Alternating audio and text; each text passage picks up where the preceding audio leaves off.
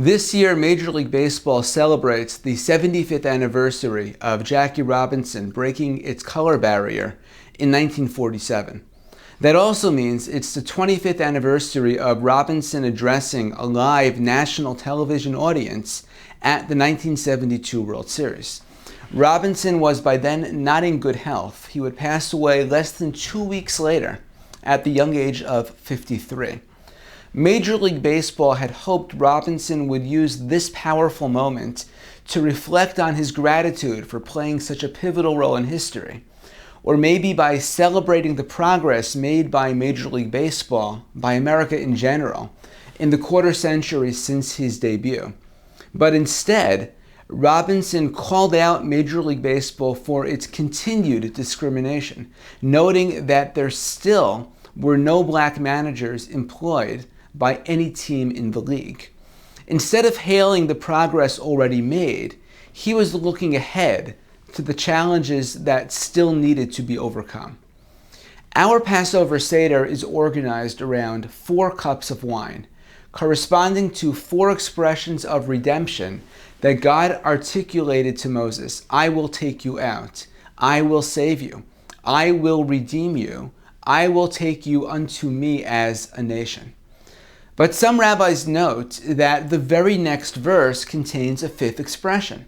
I will bring you to the land I promised your forefathers. They conclude that there should be a 5th cup at the Seder. This issue was never resolved definitively, and so the custom developed to pour a 5th cup at the conclusion of the Seder, but not to drink from it, what we know today as the cup of Elijah. According to some understandings, it is that 5th cup sitting untouched on the table that gets to the very essence of what Passover is really all about. The very first book of Hasidic thought ever published was the 18th century Toldot Yaakov Yosef, written by Rabbi Jacob Joseph of Polon. In it, he notes that the Hebrew word for Egypt, Mitzrayim, comes from the word tsar, which means confined, constrained. And in contrast, the land of Israel is described by God as an Eretz Tova Urechava, a good, broad, wide land, meaning unconfined, unconstrained. And in this light, he understands the exodus from Egypt as a paradigm that we constantly relive in our own lives. As he puts it, we are constantly leaving our own Egypts, looking towards our own promised lands. According to this understanding, the Haggadah's injunction to see ourselves as if we ourselves left Egypt is really more about visualizing ourselves becoming free from those restrictive forces, those conditions that constrain us, that keep us from realizing our goals, from actualizing our potential, from finding fulfillment, from reaching redemption. By pouring that 5th cup but not drinking it, we acknowledge that we have not yet arrived at our own promised land.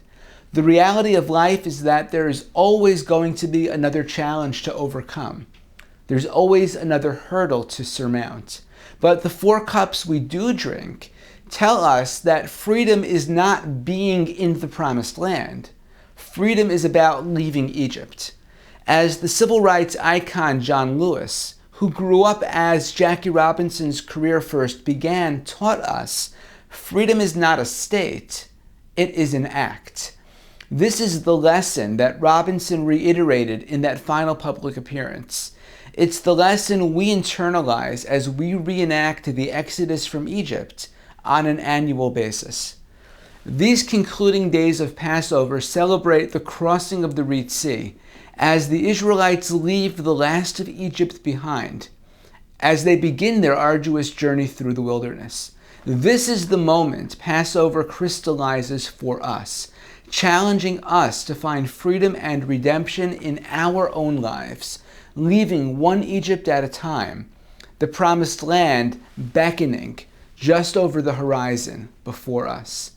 Wishing you and your loved ones a Chag Sameach, a joyous and meaningful Passover festival.